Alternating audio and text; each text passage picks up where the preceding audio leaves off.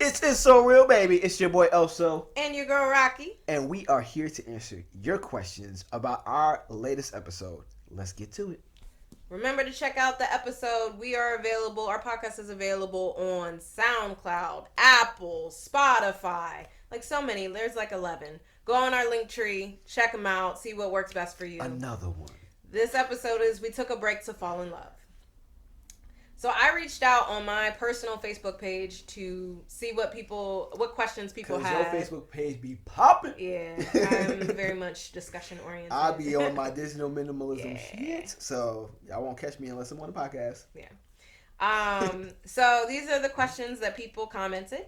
I'm going to tag those people so that they are aware that we responded. Because I told them we would be responding within the show, so I wanted to make sure that they know. We see y'all. Yes. All right. So, to be clear, I am going to allow Oso to respond to these questions first. Ooh.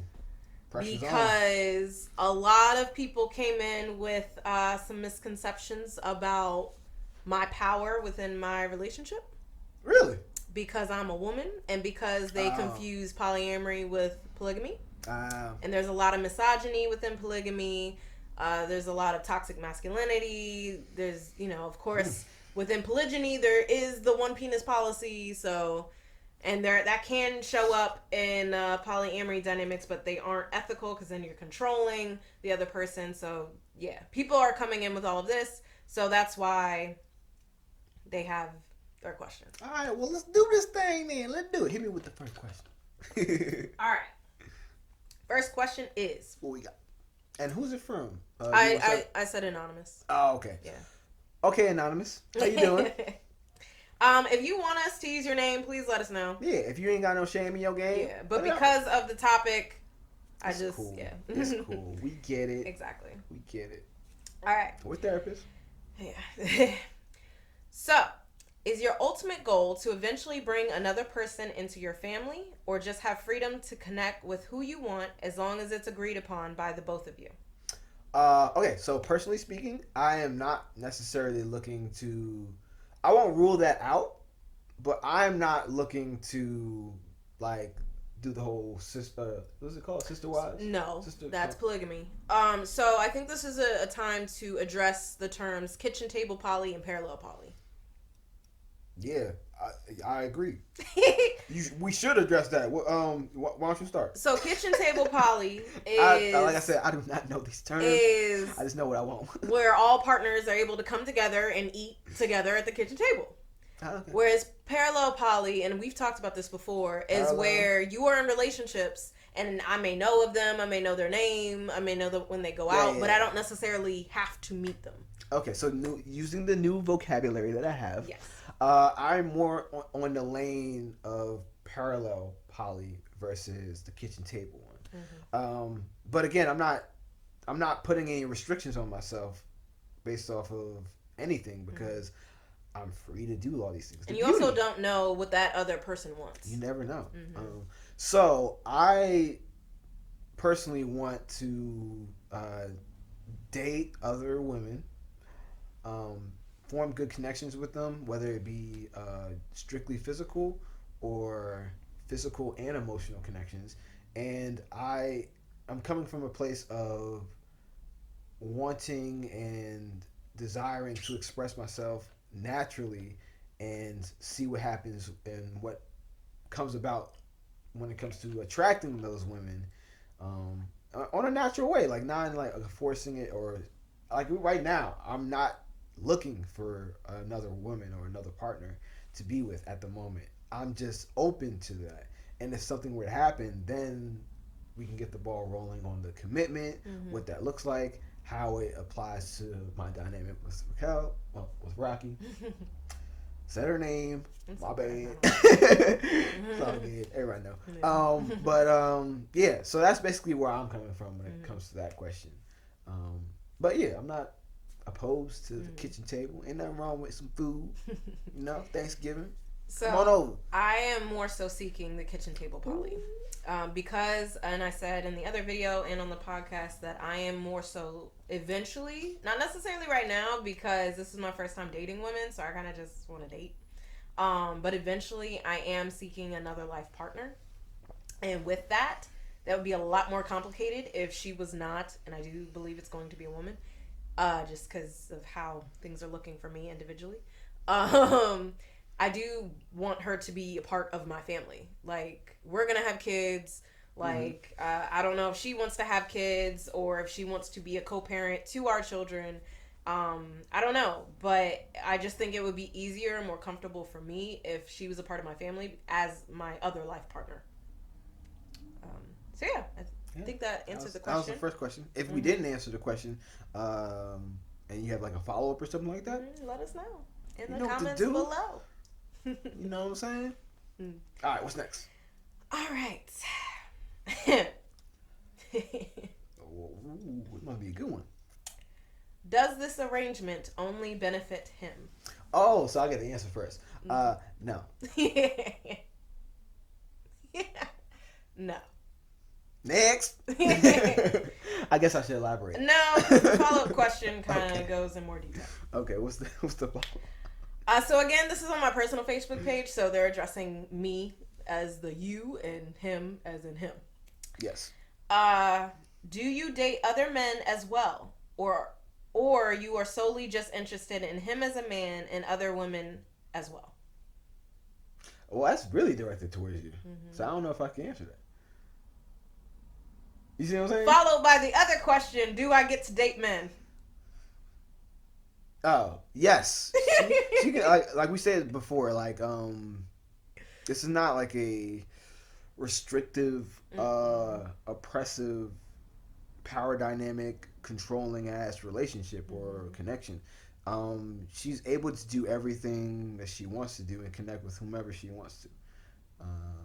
There are things that come with that, obviously. Like, I have preferences. I wouldn't prefer her to date a guy, obviously. I still have some, feelings about that based off of my past traumatic experiences, just to be honest, putting myself out there when it comes to that. And I've expressed that to her, so she knows that if she does start dating a guy or is interacting with a guy on some level of them having a connection, that it's going to affect me in a certain way. I'm probably going to feel some type of way about it at first or throughout. But if she knows that going into it, going back to the other conversation we had, then we can move forward and take the proper actions when it comes to our connection and potentially their connection. So it's all about being honest and being open and being, now I'm speaking of myself, being man enough to admit when you have those insecurities and those flaws instead of letting them control you. So by me putting it out there, is no like, oh, well, I'm going to be acting this certain way, or I'm going to be, trying to tear down their relationship or be sneaky or looking at their text message. None of that toxic shit that y'all probably have dealt with in the past when it comes to other interactions with people. It will be coming from a place of like, this hurts in this way, and we got to have this conversation about it. And it's like, dang, when you did that, it made me feel like this. And it takes a lot to do that as a man, but I think Jadena said it. And I was going to say, on the Breakfast Club, Jadena was on there, and he was talking about I don't know if he's identifying as polyamorous, but he was in a polyamorous. He was in one, yeah, I'm not sure. He was in a polyamorous relationship where the woman was dating other men. Right. And the growth that he needed to take individually as a man for him to get through that. It takes a strong man to do that because of the society that we live in, and it's very restrictive. It's very top down from the male perspective. We live in a patriarchy society, yeah. Basically. So to humble yourself and to realize that, again, this is your two human beings, your two spirits that have their own choices. So to respect those choices. You don't own anybody. Just because you have made a commitment to each other doesn't mean that you own that person. There's a difference between that. Like, that's why there's this whole concept of ball and chain when it comes to marriage. Yeah. Because it's goes with the term. Let's go back, and there's a video called Monogamy Explained on the playlist on the It's a Real YouTube channel within the Polyamory and Ethical Non-Monogamy playlist. Subscribe. That talks about, like, marriage was about ownership. Right. Like, you had land, you had property, it was merging of families, like... It was a transactional affair. Exactly. So, So, to break away from that, again, took a lot of work as a man and as an individual. But I'm better for it. Like, I don't have that ego holding me back from exploring my own connections, and I wouldn't want that to stop anybody else either. So that's where I come from. Not saying that the feelings don't get hurt. That's not like what I'm saying. I'm not like, oh, I don't give a damn. It's whatever. Like, I'm cool, man. I'm cool. Like, no, that's that fake shit. It might hurt. It probably will if it were to happen. But I'd rather have that and us go through that process than be restrictive and have that negative power dynamic, because that's going to affect our relationship in the long run regardless, because it's a type of mentality that prevents the other person from truly being their full self. And I want you to be your full self regardless. So that's how it is. So I will say that we started our relationship under different understandings. Yeah. Because you were aware of me being bisexual and you knew that I had a man in my life, I don't think that you understood that there are different men as well that could provide me with different things. And because mind you, I did a lot of growth by the time we started our relationship within my sexuality and within me identifying as polyamorous, but I was still growing. So as we were now in our relationship, I was still growing. I was still learning about myself. And it came to the realization that I was like, I don't know if my other life partner is going to be a woman. Because if there is a man that's able to meet my other needs that he cannot provide, would I stop myself from pursuing that relationship and from pursuing that person because I know it would hurt him? Right. Which is, again, is a calculation too. Like, if so, to put that out there, like, if there's like a relationship, if it's affecting me so badly, like that, is like, tearing me apart, it probably wouldn't be worth it, and you would probably make that decision. But that's what I'm saying. It comes from being honest, though. That doesn't come from that's the decision that I made early on. I was like, you are not in a place emotionally to handle this, and you explained it very, very authentically, and you said, I'm going to be hurt in such a deep way that it is then going to impact how I connect with you. Right. And I was like, well, fuck that. I'm not choosing that. Right. So it got to a point where it was like, I don't choose that. I'm not going to date men if that's going to be the impact of it. Do I get to? Yes. I'm not choosing to. Okay. But then I think, we're consistently growing. So I think you've done a little bit more work in that area. I'm way more secure in myself and like what I bring to the table, and like healing from my trauma. Again, X did a number on me. Woo! Yeah.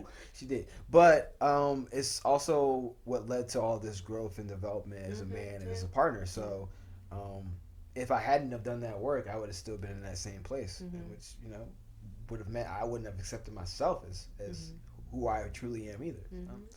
It comes with it. It comes with it. Find the reason in everything that happens. For real. And it takes a strong person. This is not for the weak of heart, but it allows you to become, I think, if done right, allows you to truly show up as your authentic self, and it allows you to understand other people's relationship dynamics a lot better.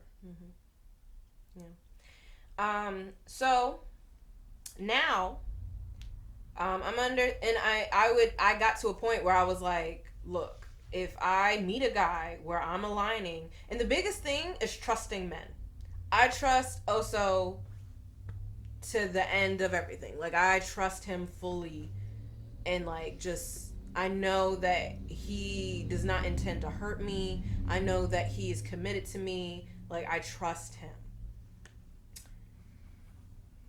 Other guys who are identifying as polyamorous or ethical non-monogamous, look up the term polyfuckery. That is a term, because some of these fuck niggas are using the term of polyamory to be a fuck nigga, okay? So I mean, I saw it coming. Yeah. So me trusting guys, like, I don't know you, like, so I have that issue now. Yeah. But I said, if I were to meet a guy that I trust, that I'm aligned with, that I connect to, and that's meeting some of these other needs. Ooh, I just thought of my own question. Go ahead, though. I'm gonna need you to do that work. That's what I told him. I said, I'm gonna need you to take that time. You don't necessarily have to do it now, but if I do meet somebody and it is looking promising, I'm gonna need you to take that time and do that work. So that's what I was gonna say. Because you said you're more kitchen table, how would that work? You tell me. I don't know. No, because that's a different dynamic. Even from what you envision. Yeah. That's what I'm saying. I'm gonna need you to do that work. I mean, I like either way. Like if that's the work that needs to be done, if it affects me a certain way, it affects me a certain way. I don't know. I can't control that, like how I feel. Yeah, I know. But it's like. But I need you to do the work of healing from your past relationship. Yeah, no, that's continuous. Yeah, either way. But the specific and. But that's what I'm saying. Like either way, that work is gonna be done regardless of you. Yeah, you're right. That's what I'm saying. So if it is affecting, I mean, we would just. That's what I mean. That would be a conversation. Yes, that would be. But I think once you have done the healing that specific hurt, you won't be as bothered by it. Well, see, I really don't know. Like, even as I'm talking about it, I seem cool, but I don't know what happens when I'm actually in that situation. Like, I know what happens when I'm in a situation when you're with other women. I'm like, yo, what's up? You doing this? You good? How y'all doing? Like, I'm very supportive. I don't think that's going to be me when it comes to a guy. But again, you haven't done that work yet, so we will see. We will see if that were to happen. Knowing me right now, though. All that being said, I have just accepted myself as bisexual in 2018, so I am still dating women for the first time. I don't want to date men right now. Like, I've had all my life to date men, or since teenager. So I am well aware of my experiences with men. I want to experience women. Okay, so that is where I am right now. Like, I want to date women solely for right now, just to be able to experience them in different ways and experience different women.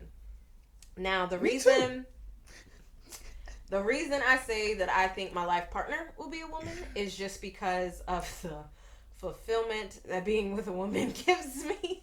That's why I said it makes sense and it would line up. Like, if you did pick a guy, I would be like, that's interesting. And it would probably fuck me up, like, in that way. Like, what? I mean... Because I think we're both on that same page when it comes to that. Like, I would women are great. Black women are gods. Fucking amazing. Fucking amazing. Y'all goodness. Are... Yes. Mwah. Yes. Okay. So, I don't see it. Right now, right. I don't. You don't know the future, but, like... We're putting everything out there. And again, that if there's nothing else that you get from that, that's the point. That's how these dynamics can work. Being honest, being open, being authentic, not fronting. And I think one of the things that we did talk about is like masculine and feminine energy. Yeah. And you are very much...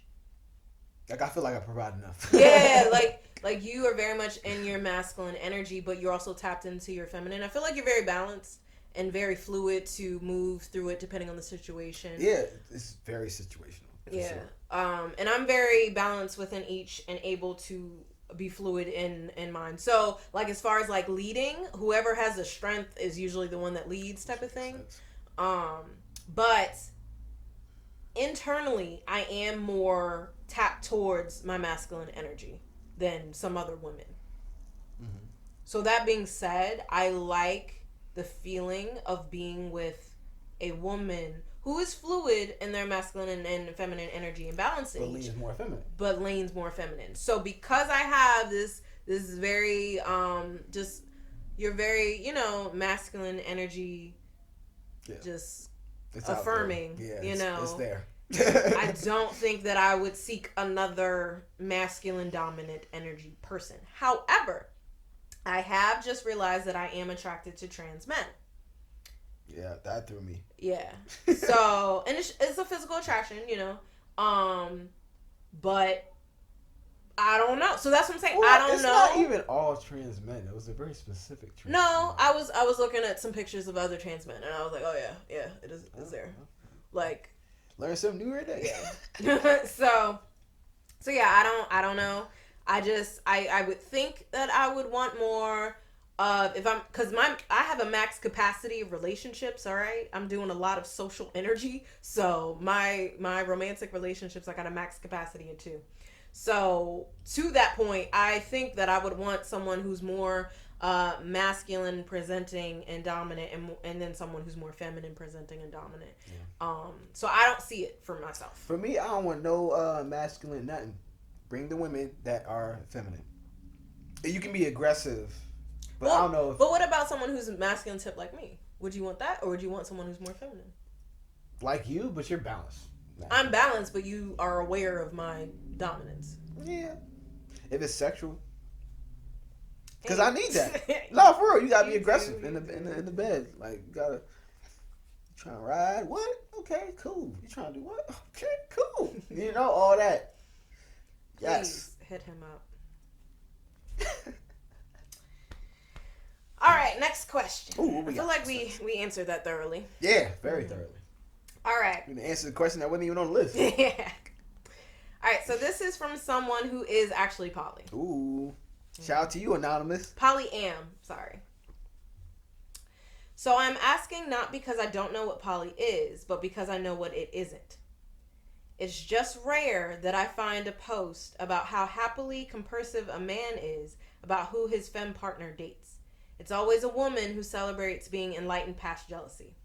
And I think this person was commenting because I recently done a Facebook post where he had gone out on a date with another woman, and I was like genuinely happy. Like there wasn't any kind of jealousy that I was feeling. Oh, never mind. You can't say it probably. I think it was when you went to the lake. With old girl who I did not get along with? But I didn't know that at the time. Oh, yeah. So I was just that ain't work out. Yeah. So I was just happy that he was out. He was, embracing his social energy. He was embracing his charisma and just flirtation and all of that. So I was really happy. Cut her loose. Yeah, I was really happy that he was able to go out. Yeah. And then I posted about it because, again, I'm trying to advocate for ethical non-monogamy, so that also involves how you're feeling through all of it, which I do want to do more episodes about. But yeah, so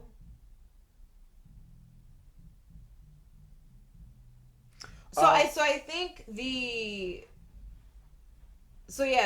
were wondering, I guess, about compersion, and I feel like we should break compersion down for the people who don't know, because we didn't identify it.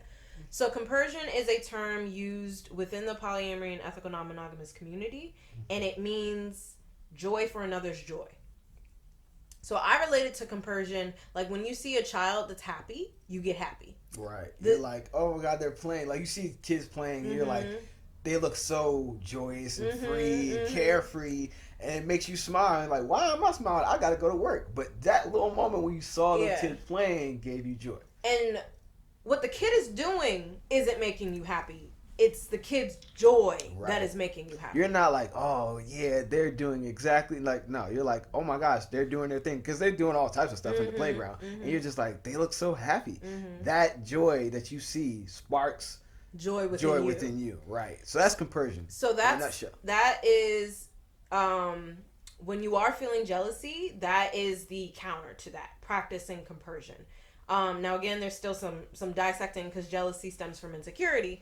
But as far as practicing, so this is why the person was like, it's always a woman who celebrates being enlightened past jealousy, and she doesn't really find, I think it was a she, I'm not sure, a man who celebrates being compersive, when I'm dating, especially if I was dating a man. Would you be practicing compersion? I'll be practicing checking my jealousy. See, there's that. So I don't even think it's not even a jealous thing. I don't even think it's just a hurt thing. Yeah, I don't think. But again, jealous. I think that goes into doing your healing work. Yeah, I think it's more so that I don't think I get like necessarily like jealous, like or like comparing or anything else like that. You know. So I think for me, did you want to answer first? That question? Yeah. I think we kind of did. No, let's go deeper. Oh, in terms of like me as a guy being like, how are you as far as practicing compersion? It's pretty natural. That's what I said. Oh yeah. Yeah, like It was infuriating. I'm not a hater, dog. It was infuriating when I was having to work through all of my jealousy with him fucking another woman in the same house. And he was just like, when I have a woman over, he's just like, yay. I'm like, the fuck? Yeah. He's just naturally compersive. But again, time will tell if I ever date a man. Already feeling some time. I'm just kidding. But, so I think for me, the reason I had to work through my jealousy is because you started dating women when we weren't secure in our relationship, right, before we were even in our relationship. Mm-hmm. So I just had to do a lot of work around that. I had to do a lot of deprogramming of monogamy and a lot of the toxic monogamy that I had been conditioned with the possession and the ownership and the normalization of jealousy and things like that. But I think at the end of the day, it was because I didn't feel chosen. Like, even within our relationship, because I haven't had long-term relationships, this is my first long-term relationship past a year, I wasn't secure in us. So, like, when he was with another woman, I had to be, and this is something that, you know, I would communicate after he went on dates or he had women over, I would need to feel chosen. I would need to be reaffirmed that he was committed to me. And once I got through a certain point in our relationship that I was like, oh yeah, he's really with me. Like, he's really wants to marry me. Like, he really spending life with me. Like, this is really safe. This the real shit? I can feel safe now that we are grounded and that other women aren't a threat to take him away. Right. Once that happened, it was like, oh yeah, I'm happy for anyone else who can make him happy, who he enjoys, like that he gets to go out and date, that he has more positive sexual experiences. Like, I was able to be actually genuinely happy with all of that. So it was a big accomplishment for me, enough to post, because I had done some fucking work. Okay. So yeah. Yeah. Mm-hmm. I'm getting worried about it stopping. Okay. All right. I just got a feeling. I'm like, all right. So this is the last question. And I'm going to do a clarifying question because this was kind of confusing to me. What, if any, are some of the ceasefire, i.e. unequivocal no-no, actions or postures that you have adopted for your relationship? And do you find any or all of these agreements to be par for the course when it comes to traditional relationships and or relationships similar to yours? Jeez. So that was a lot. So I asked this person a clarifying question because that was a lot to just understand and break down. Basically, what would cheating be? All them damn words. I'm just kidding. I feel like this was You're an very academic. Like, you're very articulate. You want it. But all them damn words. Yeah, like. Yeah. Nah, it's all good. We appreciate the question. You know, what would cheating be within our dynamic? Cheating would be like a betrayal of our trust and commitment to each other, which, again, if you look at those words and break them down, it's if we committed to being honest and open about certain things, like sex is a huge thing. Get testing before new partner. Right. So if I were to... And see the results. So if I were to have a one-night stand, that would be cheating. That would be a betrayal of our connection and our agreement to each other, because I don't have one-night stand unless you got like some super testing that happens in 24 hours or some shit like that. I don't know of any. Hurry up, scientists. Come on. We need you. Anyways. But if that were to happen, that would be cheating because that's the agreement. And I also like that. I like the buffer of, to break down like the cheating piece, I like the buffer of the testing because it allows me to not make those like, you know, just rash on my dick decisions like, oh shit, she fine as fuck, let's do it. Like I have to slow it down. Like, okay, so how are you? I have to like I have to get to know the person at least a little bit for us to even have that conversation about testing and everything else like that. So that would be one example of cheating. And was there another part to that question? No, what would be cheating? Yeah, so anything along those lines, like anything that would disregard our connection and commitment that we've made to each other as life partners. Now, I will say that in my journey within my sexuality, especially after experiencing women sexually, my definition of sex has changed. So... Well, I can't wait for it. We're going to do an episode about that one. Yup. As far as getting tested, I require a... So usually fingering isn't included in the you don't have to get tested for category, you know, or is included and you don't have to get tested for. I want to hear the people's opinion about this. But because of my, again, understanding of what sex is with women, I'm like, nah, that's sex. That there are fluids. Even though there is a smaller chance of transmitting something, very small. People still wear gloves. Like, it's still a thing. So we disagree on that, actually, on whether or not we should have testing. So for fingering, to be specific. For fingering. So the people know. Yeah. So I can't finger a girl. Like I meet a girl, we hit it off. We don't have sex, but we're kissing, we're touching. I'm fingering her. That would be considered cheating for you in regards to your perception of things because of your newfound understanding of sexuality. Yes. Or sexual contact. And for you, tribbing, which is when a vagina is on anything or vulva is on anything other than another vulva, that's where scissoring is. So like, I basically had sex with a woman and didn't know it. Yeah, that's what happened. So, because my vulva was on her thigh, her vulva was on my thigh, and there was fluids, but I didn't know because it wasn't fluid to fluid, so I didn't think it was anything, but that was uncomfortable for you. So it was just... It was more so the dynamic. Oh, yeah, and we'll talk about that. Later. I wasn't too much tripping off of that, honestly. Oh, okay. Well, that even, it changed my understanding of that to identify that as sex. And it's just, yeah, so we disagree as far as... Especially on the topic of queer sex versus heterosex. It's complicated. As far as why y'all got complicated? You know. So that being said, it's real simple with us.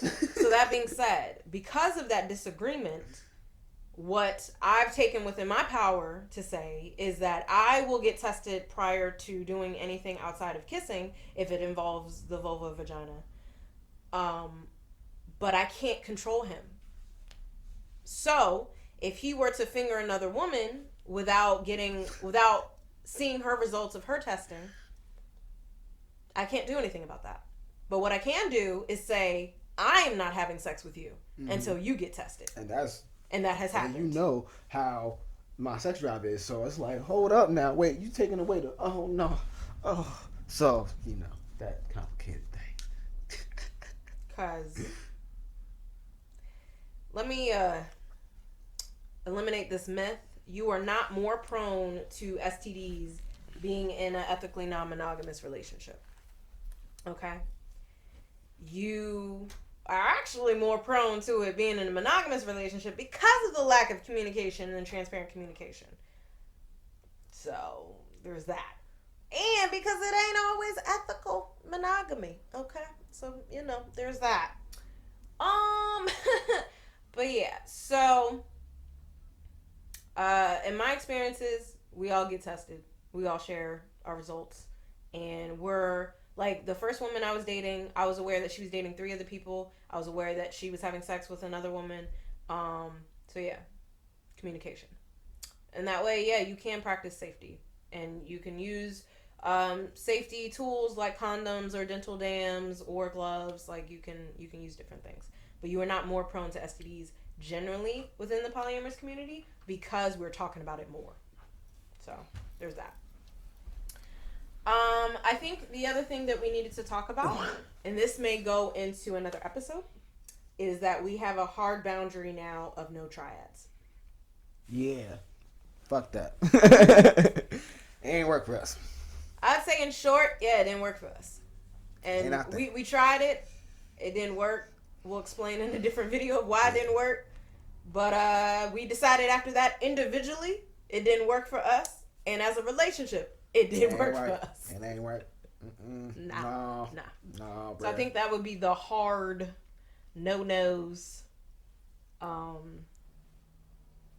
boundary violations. Yeah. So let's end it with relationships are on a spectrum. Okay. Yes.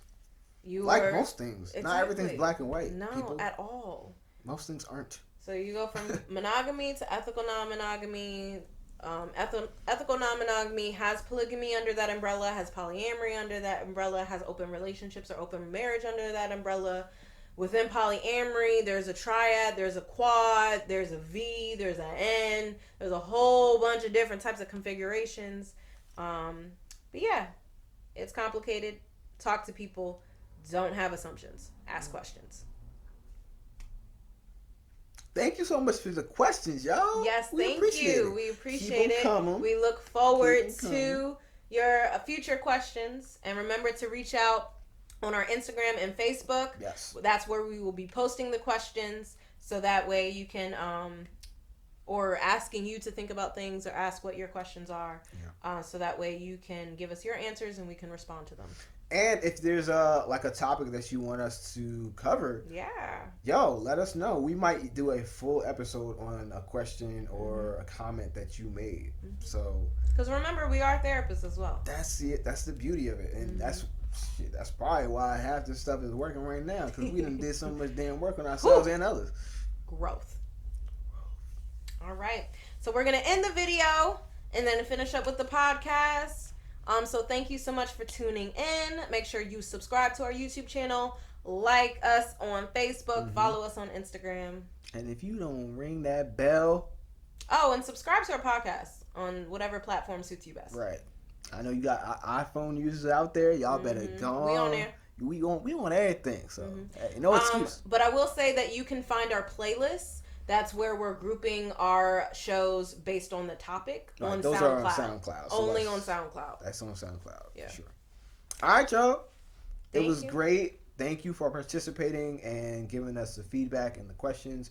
We, again, so much appreciate you guys interacting with us. That's what feeds the show. That's why we are doing this, to reach as many people and to interact with y'all. Because the more people we can interact with and connect with, the more we can really get a better understanding of some of the topics that we're talking about.